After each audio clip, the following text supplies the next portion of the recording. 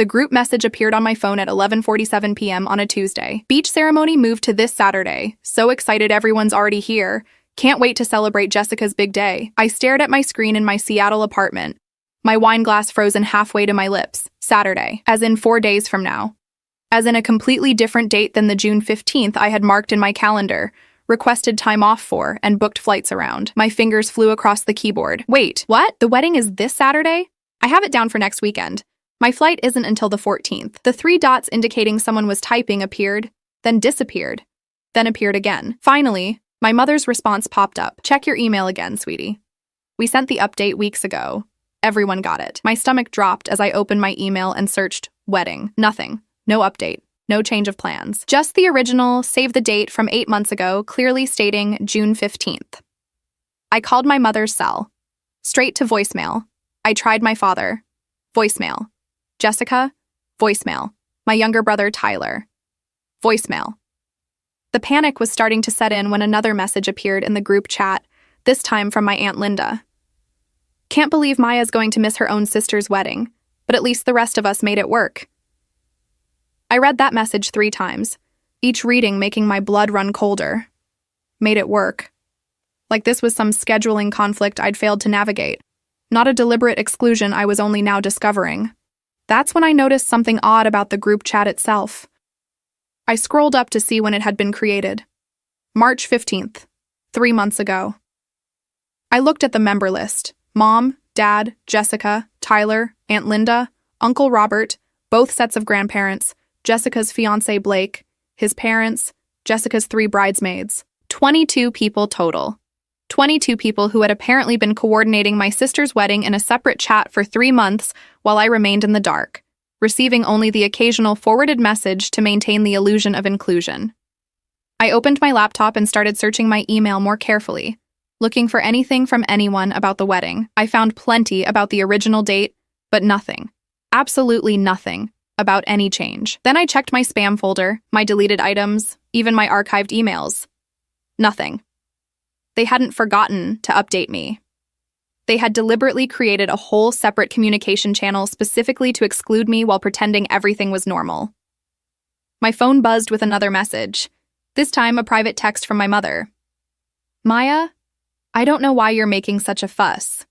Jessica wanted an intimate ceremony and you've been so busy with work lately. We thought you'd appreciate not having to make the trip on such short notice. We can celebrate with you when we get back. I felt something crack inside my chest.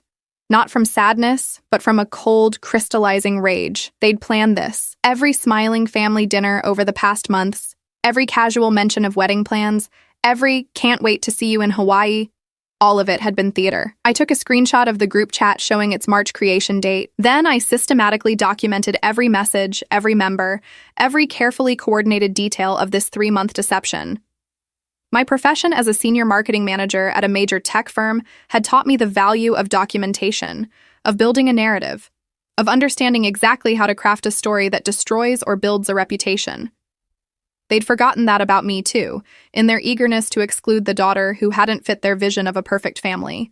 Jessica's wedding was being held at the Richardson Resort Maui, one of my parents' luxury properties. I knew that resort inside and out.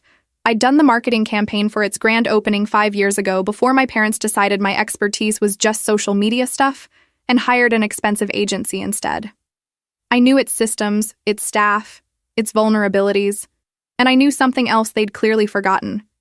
I had kept every file, every contact, every piece of access from that project, because that's what good marketing professionals do. My phone kept buzzing with messages in the family group, photos of people arriving in Maui, shots of the resort, excited chatter about rehearsal dinners and welcome parties I wasn't invited to. Each notification was another nail in their coffin, though they didn't know it yet. They thought they were celebrating Jessica's perfect wedding. They thought they'd successfully managed to exclude the problematic daughter without consequence.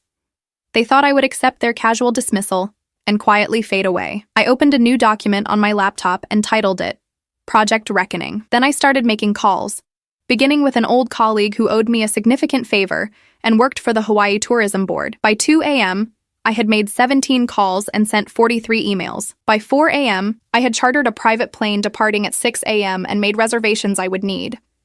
By 6 a.m., I was airborne, my carefully organized digital files backed up in 3 separate cloud locations. They wanted an intimate family wedding without me. They were going to get something far more intimate than they'd ever imagined. And by the time I was finished, they would understand exactly why excluding me had been the worst decision they'd ever made. I landed in Maui at 11:32 a.m. on Thursday, exactly 2 days before Jessica's Saturday wedding. The private charter had cost me $8, money I'd been saving for a down payment on a house, but watching my family's careful deception unravel would be worth every cent. I checked into a boutique hotel 15 minutes from the Richardson Resort, specifically choosing not to stay at my family's property where they might spot me. My first stop was the resort itself, but I didn't enter through the main lobby where my parents might be hosting pre-wedding events.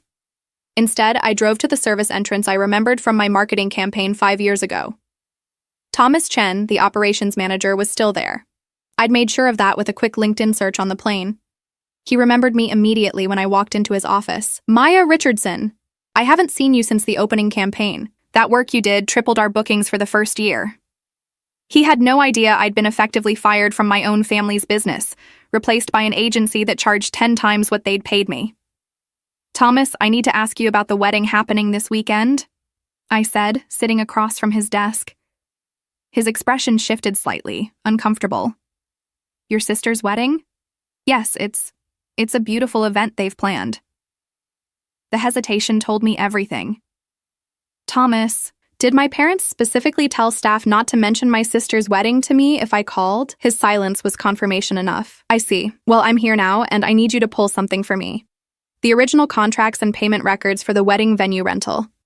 I'm handling some family business matters." Thomas printed the documents without question. Why wouldn't he? I was still a Richardson, and he'd worked with me before. The contracts revealed that my parents had booked the entire resort for the weekend at a family rate of $45, roughly 70% off the normal price.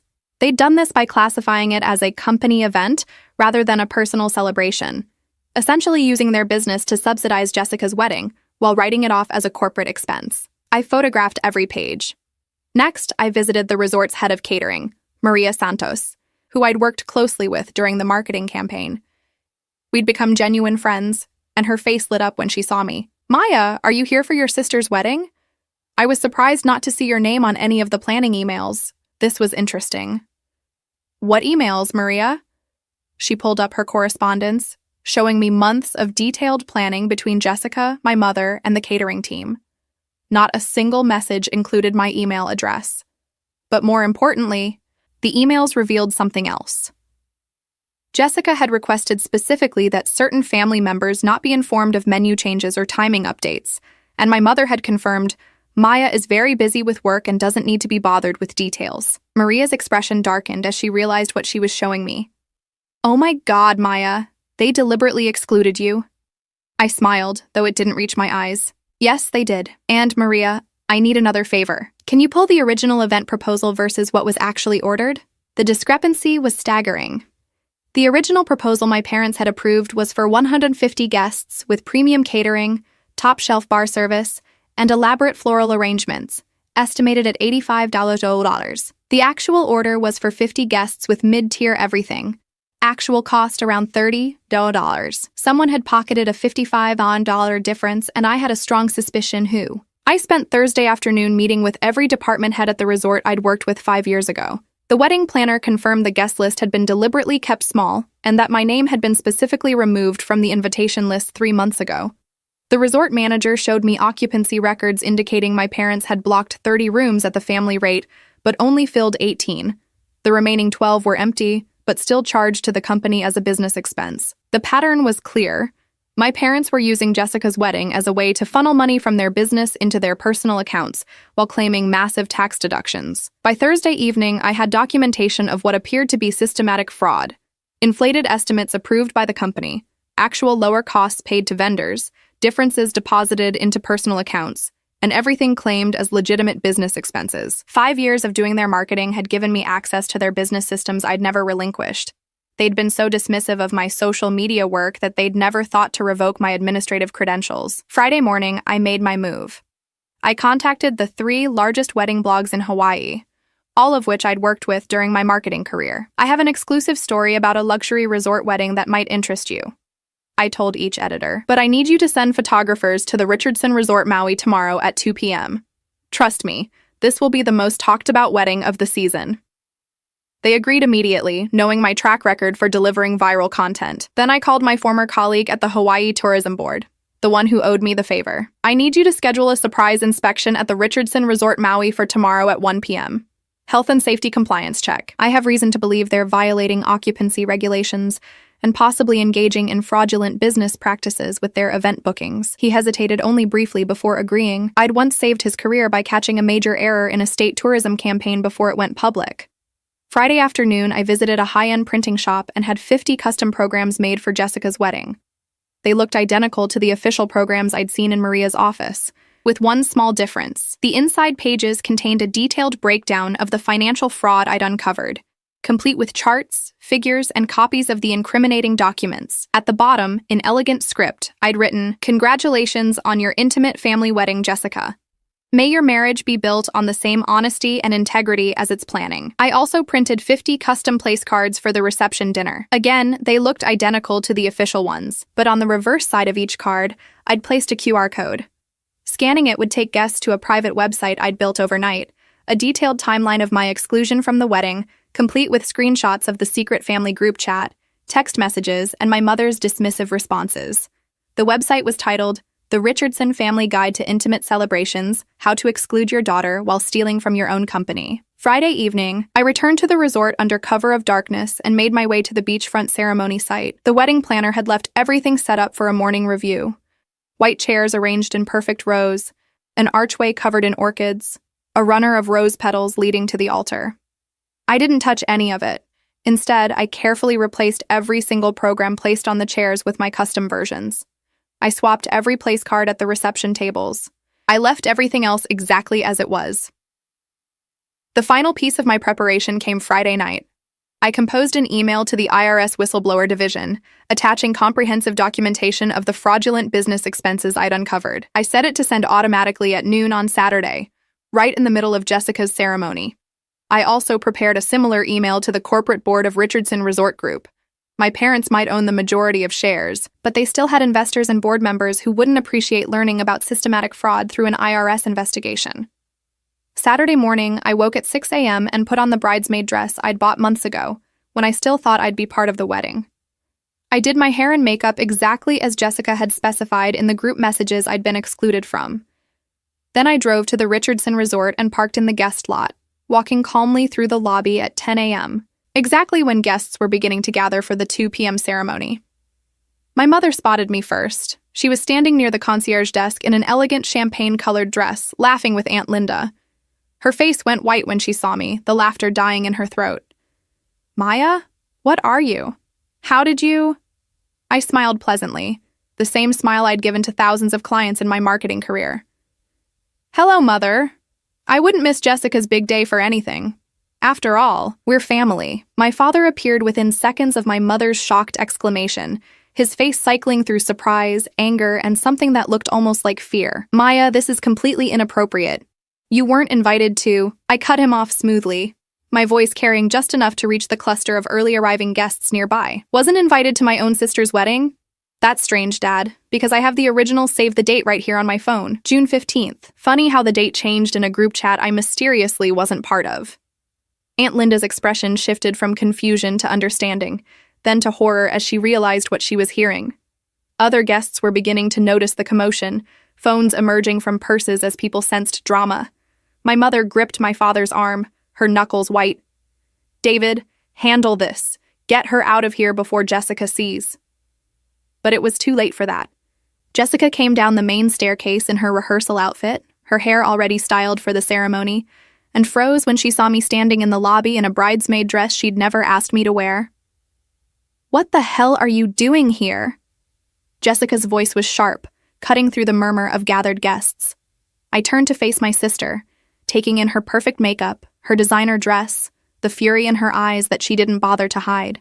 "I'm here for your wedding, Jess. Isn't that what sisters do?" She descended the rest of the stairs quickly, her fiancé Blake trailing behind looking utterly confused. "You were deliberately not invited. Mom explained everything to you.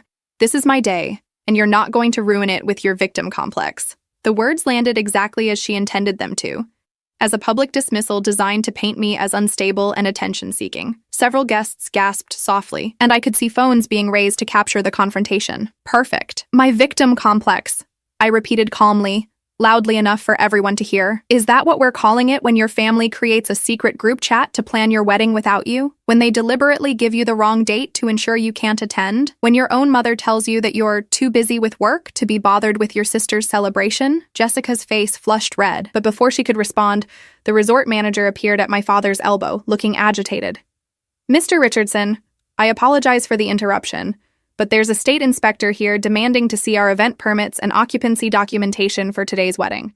They're saying it's a mandatory compliance check. I watched my father's face drain of color. He knew exactly what that inspection would find.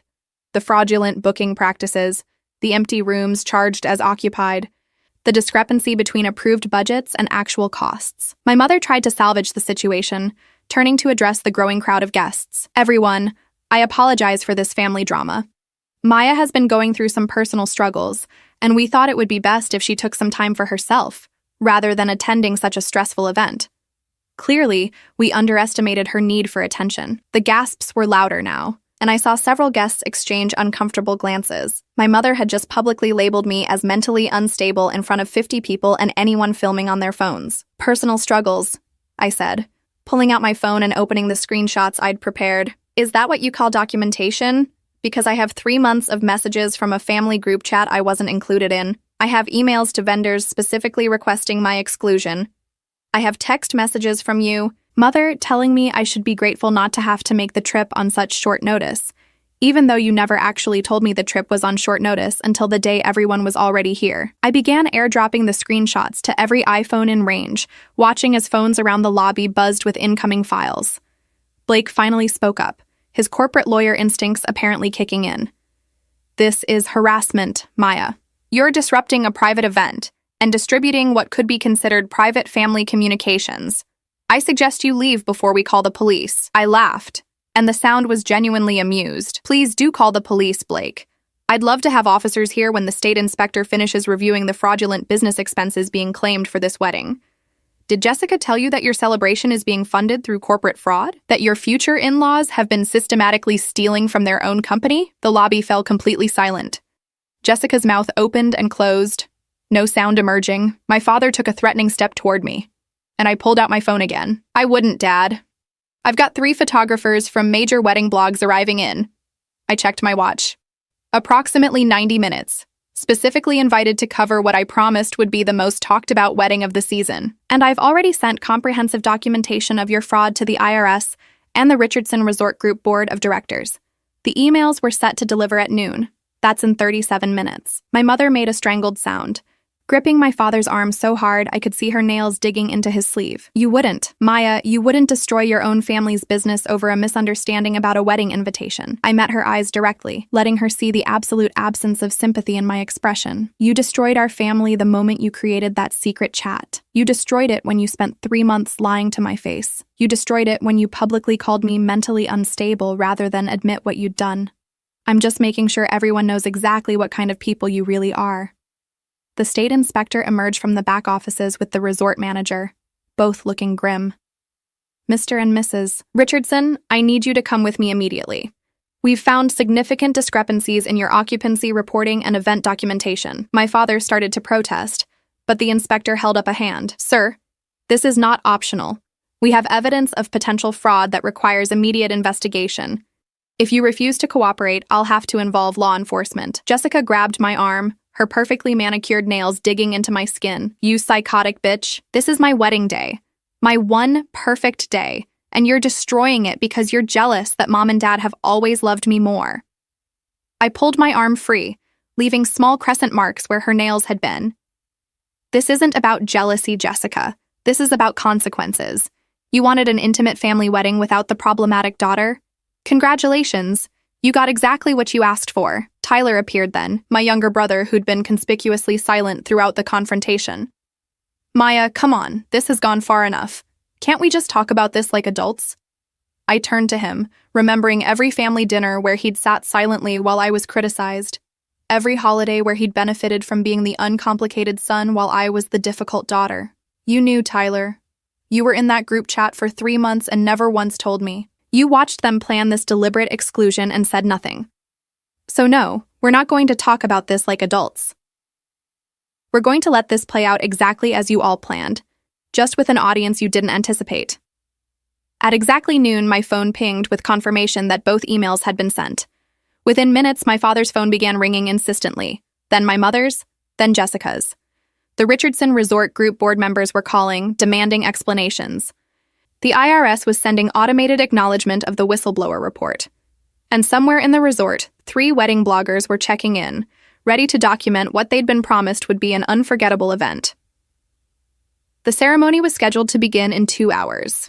The guests were all gathered, programs distributed, place cards arranged, everything perfect except for the small detail that the bride's family was now being investigated for fraud, and the wedding itself was the evidence. I looked at Jessica, at her perfect dress and perfect hair and perfectly shattered expression, and felt absolutely nothing. "Enjoy your intimate celebration," I said, turning to walk away. "I hope it's everything you dreamed it would be." I positioned myself at the resort's beachfront bar with a clear view of the ceremony site, ordered a Mai Tai, and settled in to watch the disaster unfold.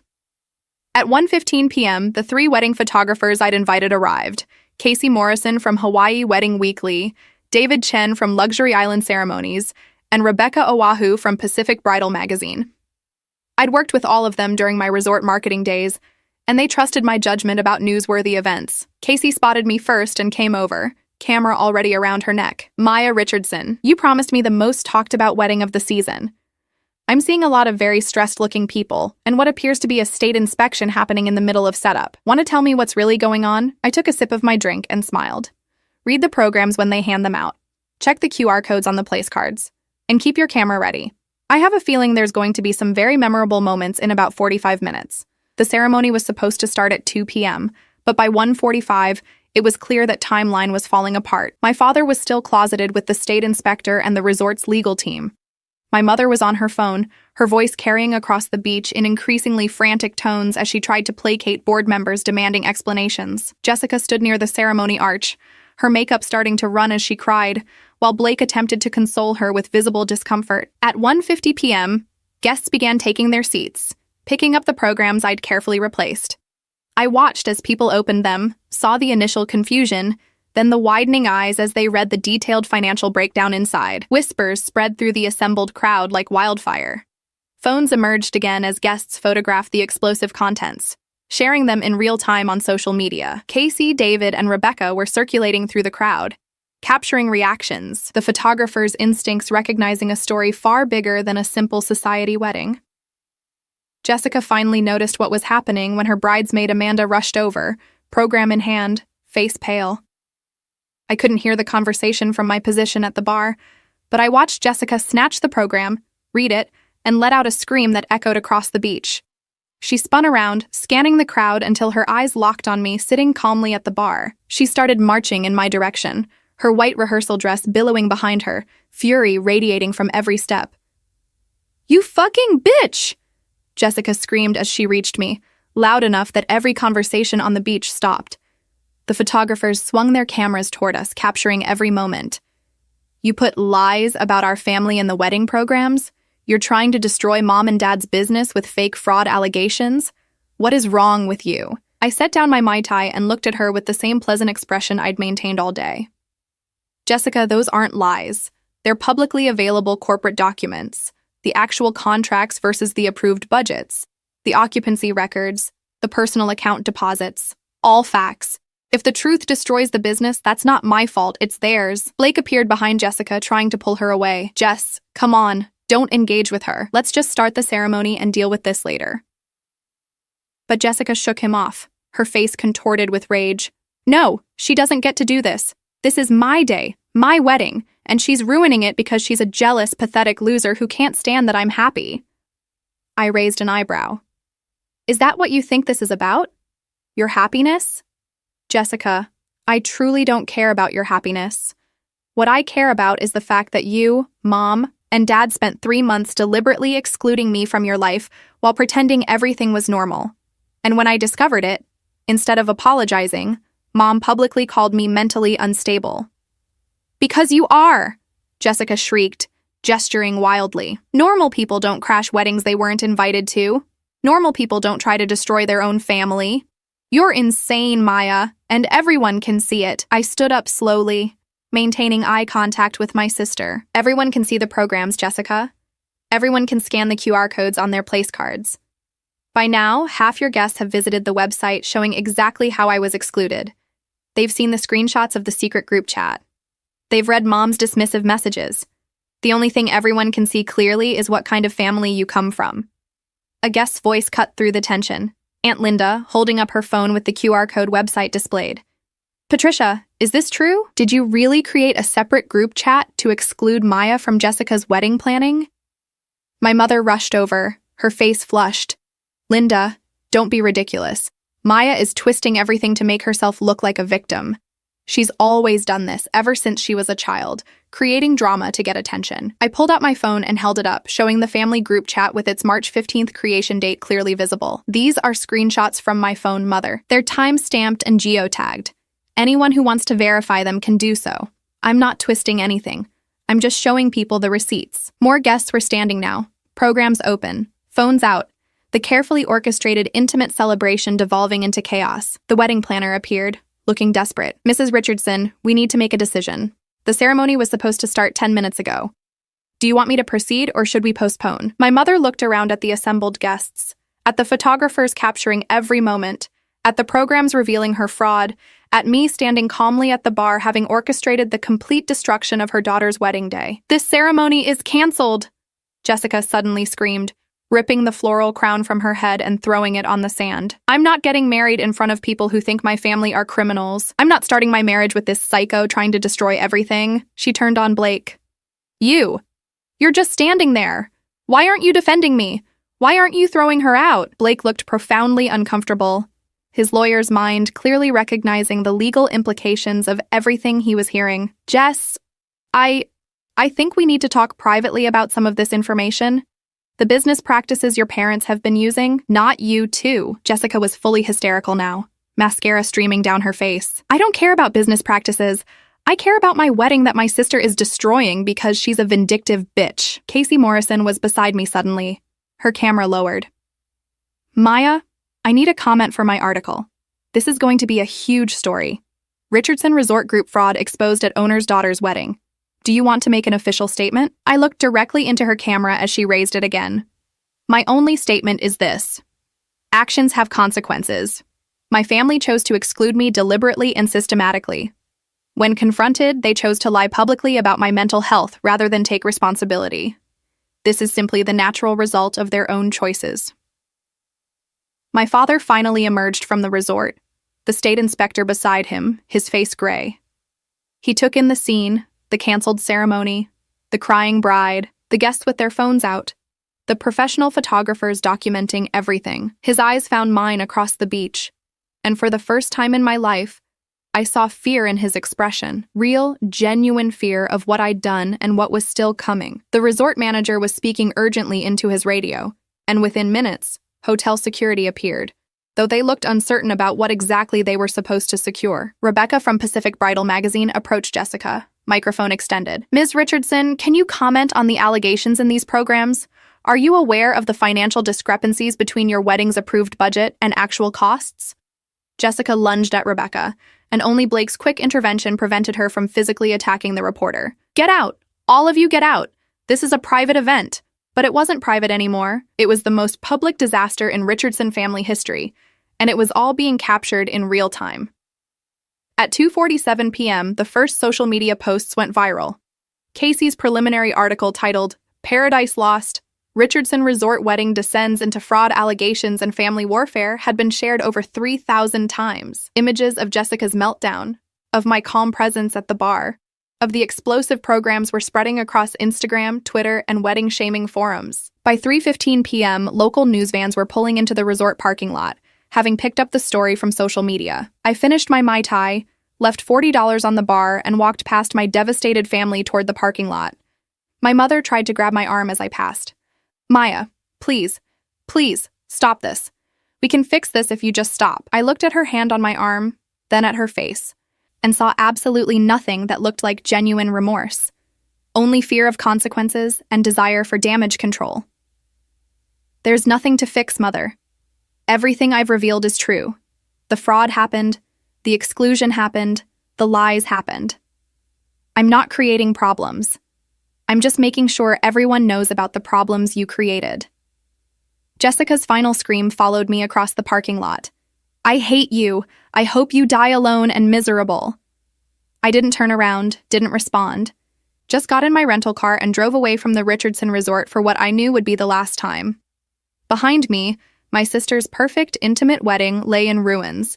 My parents faced IRS investigation and potential criminal charges, and 50 guests were posting their eyewitness accounts of the most spectacular wedding disaster they'd ever seen.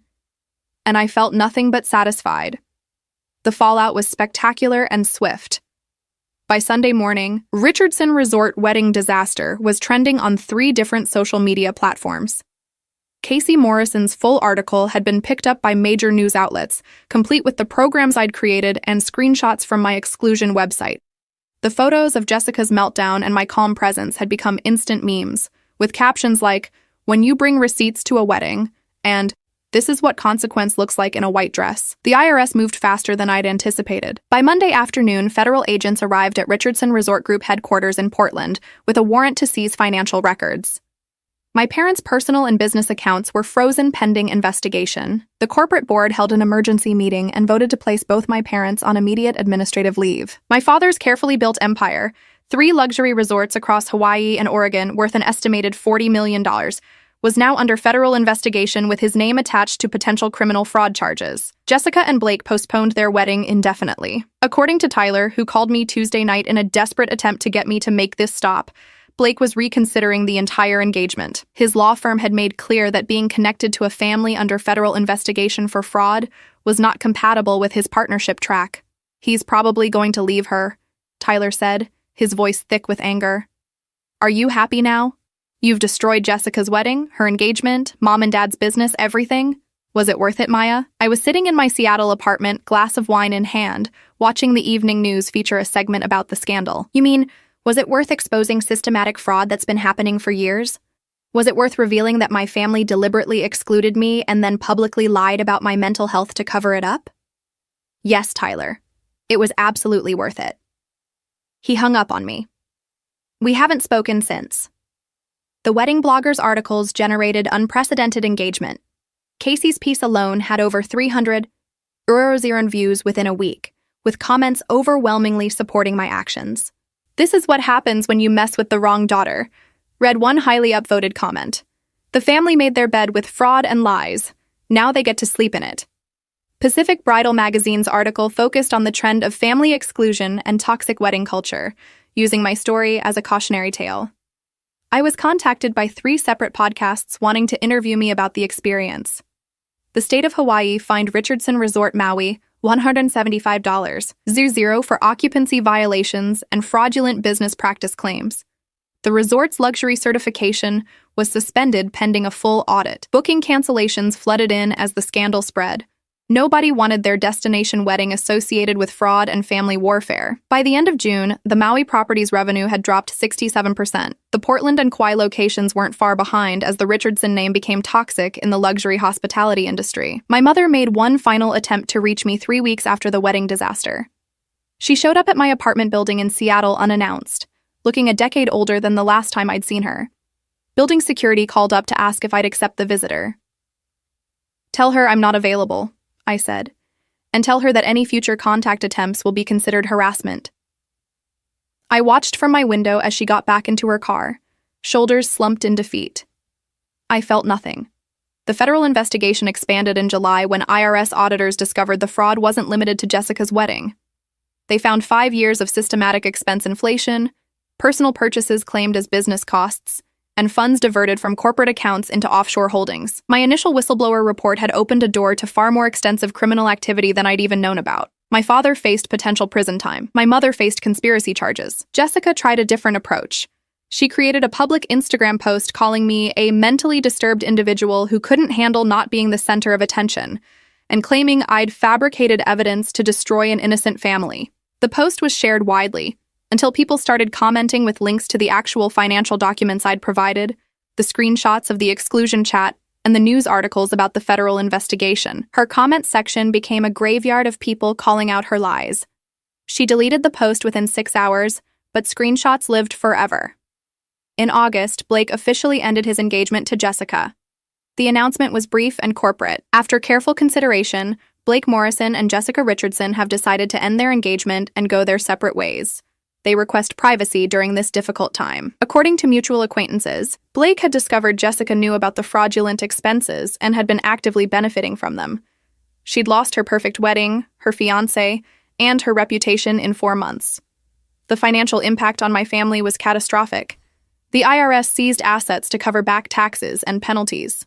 The Richardson Resort Group's valuation plummeted from $40 million to roughly $8 million as investigations continued and bookings evaporated. My parents were forced to sell the Kauai property at a massive loss just to cover legal fees. They downsized from their Portland estate to a modest condo, their social circle evaporating as fraud charges loomed. In September, I received a registered letter from my parents' attorney offering a settlement. They would drop all claims that I'd defamed them and admit to the fraudulent practices if I would agree to ask the IRS to show leniency in their prosecution. I wrote back with a single sentence.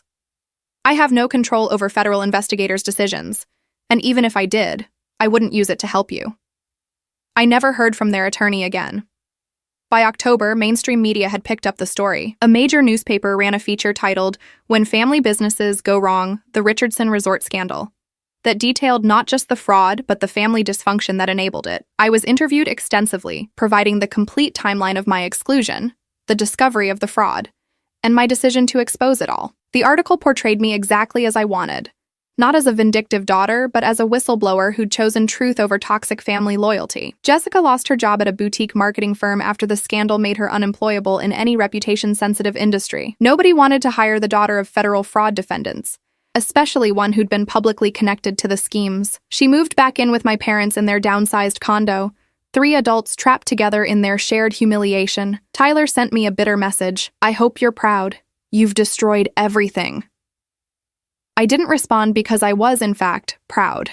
The 3 wedding photographers who documented Jessica's disaster saw their careers soar. Casey Morrison's article won a regional journalism award for investigative reporting. She sent me a bottle of expensive champagne with a note, "Thank you for the story of a lifetime. You're a legend." I displayed the bottle prominently in my apartment. Unopened. A trophy of my family's downfall. December brought the conclusion I'd been waiting for. The federal investigation concluded with criminal charges filed against both my parents: tax fraud, wire fraud, and conspiracy. They faced up to 15 years in prison each if convicted. Their first court appearance was scheduled for January. I didn't attend, but I watched the news coverage of them entering the courthouse, looking diminished and defeated, hounded by photographers and reporters asking if they regretted excluding their daughter from the wedding.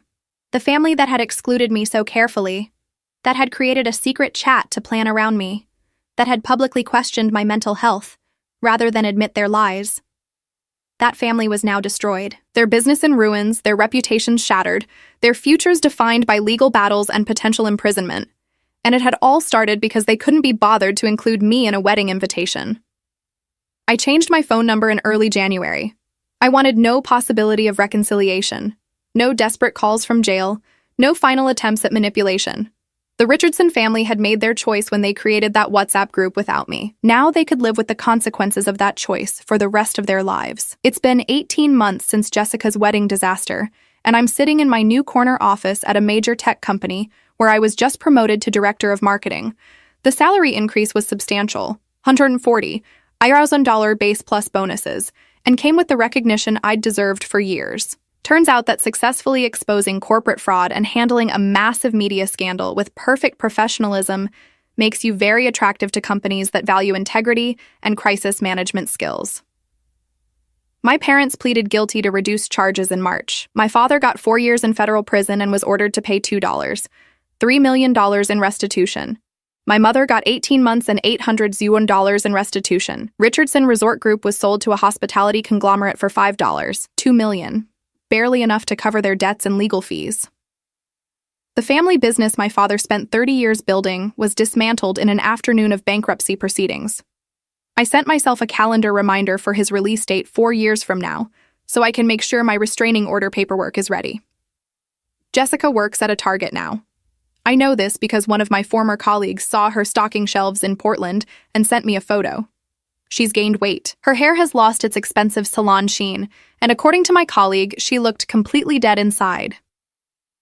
She lives alone in a studio apartment, her social media accounts either deleted or set to private, her circle of society friends having evaporated the moment the scandal broke. Blake married someone else, a lawyer from his firm, 6 months ago. Jessica wasn't invited to the wedding. Tyler tried to rebuild a relationship with me last month. He sent a long email explaining that he understood now why I'd done what I did, that he'd been blind to the family's toxicity, and that he hoped we could move forward. I read it twice, then blocked his email address. He'd had 3 months of secret planning and thousands of opportunities to tell me the truth about Jessica's wedding. His understanding came too late and meant too little. My parents' attorney contacted me last week about whether I'd be willing to provide a character reference for my mother's parole hearing next year. I responded with a detailed email explaining that not only would I not provide a reference, but if called to testify, I would explicitly state that she showed no genuine remorse, only fear of consequences. I attached the original screenshots of her calling me mentally unstable and her dismissive messages about me being too busy for the wedding. The attorney hasn't contacted me again. The wedding blogs still occasionally reference the Richardson wedding disaster as the ultimate cautionary tale about family dysfunction and toxic celebration culture. Casey Morrison's original article has been viewed over 800 times and is now used in journalism classes as an example of effective investigative reporting through unexpected sources. I'm credited as a whistleblower in 3 separate case studies about corporate fraud in family businesses. I went on 2 of those podcast interviews and was completely honest about feeling zero regret. They made a choice to exclude me deliberately and maliciously, I said on the Toxic Family Recovery podcast. They made another choice to lie publicly, rather than admit what they'd done. I simply made sure everyone knew the truth about those choices. If the truth destroyed them, they destroyed themselves. The episode went viral, downloaded 250,000 times in 2 weeks. My social life is thriving in ways it never did when I was trying to maintain a relationship with my toxic family. I've made genuine friends who value honesty and loyalty, qualities my blood relatives never actually possessed. I started dating someone seriously, a woman named Adrienne who works in corporate ethics and actually admires what I did. You chose truth over false peace, she told me on our 3rd date. That takes real courage. We've been together 8 months now and just moved in together. Last month, I ran into Aunt Linda at a professional conference. She tried to approach me, probably to deliver some guilt trip about family forgiveness. I turned and walked in the opposite direction without acknowledgement. She called after me, "Maya, please, your mother is suffering so much in prison." I didn't turn around, didn't slow down, didn't give her the satisfaction of any response. My mother's suffering is exactly what she earned. The most satisfying moment came in June when I received notification that my IRS whistleblower claim was being approved for an award. 15% of the recovered funds from the Richardson fraud case. The calculation is still being finalized, but estimates suggest I'll receive somewhere between $400,000 and $600,000. I'm using part of it to fund a scholarship for young women in marketing who've been dismissed or undermined by family members in business. It's called the Richardson Truth Teller Scholarship. And yes, I deliberately used my family name, so every recipient will know exactly where the money came from. Jessica sent me a handwritten letter 3 months ago that reached me through my old address being forwarded. It was 6 pages of anger, grief, and blame, calling me every variation of destroyer of families she could think of, claiming I'd ruined her life over a simple misunderstanding, demanding I fix what I'd broken. I read it once, scanned it for my records, then burned the physical copy in my fireplace while drinking very expensive champagne. I documented the burning on my private Instagram where only my close friends could see. The caption read, "Closure looks like ashes. I never lie awake wondering if I went too far." I never questioned whether the punishment exceeded the crime. They didn't just forget to invite me to a wedding. They spent 3 months systematically excluding me while maintaining an elaborate deception. They lied to my face repeatedly, and when confronted, they chose public character assassination over private accountability. Every single consequence they faced was directly traceable to their own documented actions. My office has a wall of achievements now. My promotion announcement, framed copies of the major articles about the scandal, my journalism award for Casey Morrison's piece, and a printed screenshot of my parents' guilty plea. Colleagues who ask about it get the full story. I don't hide what I did. I'm proud of it. The wall is labeled Consequences in elegant lettering. The Richardson family will spend the next decade climbing out of the hole they dug, through fraud and lies. My father will be 62 when he's released from prison. His reputation permanently destroyed. His business legacy reduced to a cautionary tale. My mother will emerge from prison to find her social standing obliterated and her daughter working at Target. Jessica will spend her 30s recovering from the complete demolition of her perfect life. Tyler will live knowing his silence enabled all of it. And I'll spend that same decade building an increasingly successful career, enjoying my relationship with Adrian, funding scholarships in my family's name that serve as permanent reminders of their downfall, and sleeping perfectly soundly every single night. They wanted an intimate family celebration without me.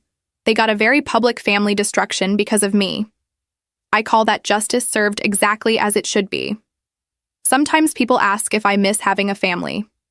I tell them the truth. I miss the idea of family I thought I had, but I don't miss the reality of what they actually were. And I'm building something better now.